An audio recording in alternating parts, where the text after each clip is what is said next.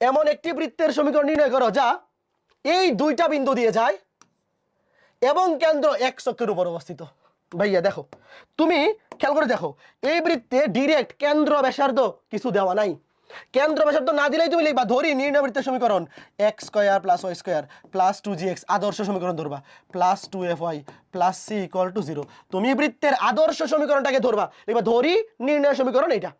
এইবার যেহেতু কেন্দ্র এক্স অক্ষের উপর অবস্থিত, লিখবা এই বৃত্তের কেন্দ্র মাইনাস জি মাইনাস এফ, কেন্দ্র মাইনাস জি মাইনাস এফ লিখবা। যেহেতু নির্ণয় বৃত্তের কেন্দ্র এক্স অক্ষের উপর অবস্থিত, সুতরাং কেন্দ্রের কোটি শূন্য, সুতরাং কেন্দ্রের কোটি শূন্য, তাহলে এফ এর মান 0। তো বাংলা লিখবা, কিন্তু বোর্ড পরীক্ষায় বাংলা জিনিসগুলো লিখে দেবা।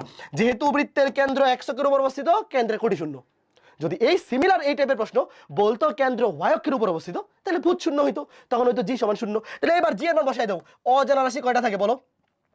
তাহলে সমীকরণটা কি দাঁড়াইলো? সমীকরণটা দাঁড়াবে x square plus y square, যেহেতু এফ এর মান 0 থাকবে plus 2gx plus c equal to 0। বুঝছো? অ্যাডমিশন টেস্টে আমরা ডিরেক্ট এই লাইনটা লিখে ফেলি, এই লাইনটা, যে মনে মনে এফ এর মান 0, ডিরেক্ট এই লাইনটা। তবে বোর্ড পরীক্ষায় মনে মনে করা যাবে না। তুমি আগে লিখবা ধরি নির্ণয় সমীকরণ এইটা, তারপরে বলবা উক্ত বৃত্তের কেন্দ্র এইটা, যেহেতু কেন্দ্র এক্স অক্ষের উপর অবস্থিত, তাহলে কেন্দ্রের কোটি শূন্য, এইভাবে লিখবা। এইবার দেখো ভাইয়া, এখানে অজানা রাশি কয়টা? দুইটা, জি এবং সি। জি এবং সি দুইটা বিন্দু দেওয়া আছে, 3,5 একটু লিখে দিই।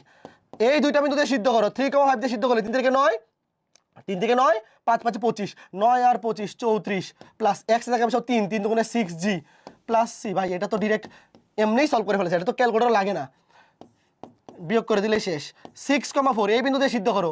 6 6 36 আর এখানে 4 4 16, 36 আর 16 52 প্লাস এক্স থাকে কত বসবে? এক্স থাকে 6, এক্স থাকে 6, 6 দুগুণে 12g plus C equal to 0। এইবার এটা তুমি চাইলে ক্যালকুলেটর দিয়েও সলভ করতে পারো, অথবা ডিরেক্ট বিয়োগ করে দেও, কাজ শেষ।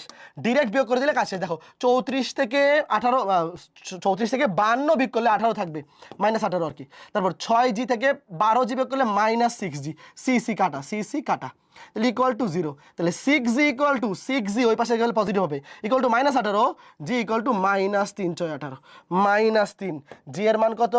-3। তাহলে এবার g এর মান তুমি যে কোনো একটা সমীকরণে বসাও, এই দুটার মধ্যে, এই দুইটা সমীকরণে যে কোনো একটাতে বসাইলে সি পাই যাবা। ভাই আমার কাজ কি? এবার এই দুইটা সমীকরণ সমাধান করে জি এবং সি এর মান বের করা, তাই না?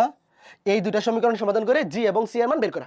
তো জি এর মান পেয়ে গেছি। এবার তুমি যে কোনো একটা সমীকরণে জি এর মান বসাও, ধরো এখানে বসাও, -3 বসাও, -3 × 18, তাহলে 34 থেকে 18 বিয়োগ করে কত থাকে? 16, তাহলে সি ইকুয়াল টু ওই পাশে গেলে -16, সি ইকুয়াল টু -16। এই কে কে বুঝছো? বুঝছো? এই দুইটা সমীকরণ সমাধান করবে না? তো জি এর মান তুমি যে কোনো একটা সমীকরণে বসাও, ধরো এখানে বসাও, -3 × 18, 34 থেকে 18 বিয়োগ করে কত? 16, ওই পাশে গেলে -16। তাহলে এবার জি এর মান পেয়ে গেছি, জি এর মান পেয়ে গেছি -3, সি এর মান -16। এবার এখানে বসাই দাও, শেষ। নির্ণয় অ্যান্সার, নির্ণয় অ্যান্সার কি বলো? X square plus y square, z এর মান -3, -3 দুগুণে 6x আর সি এর মান -16, শেষ। বুঝছো? এবার আমাকে তোমরা বলো।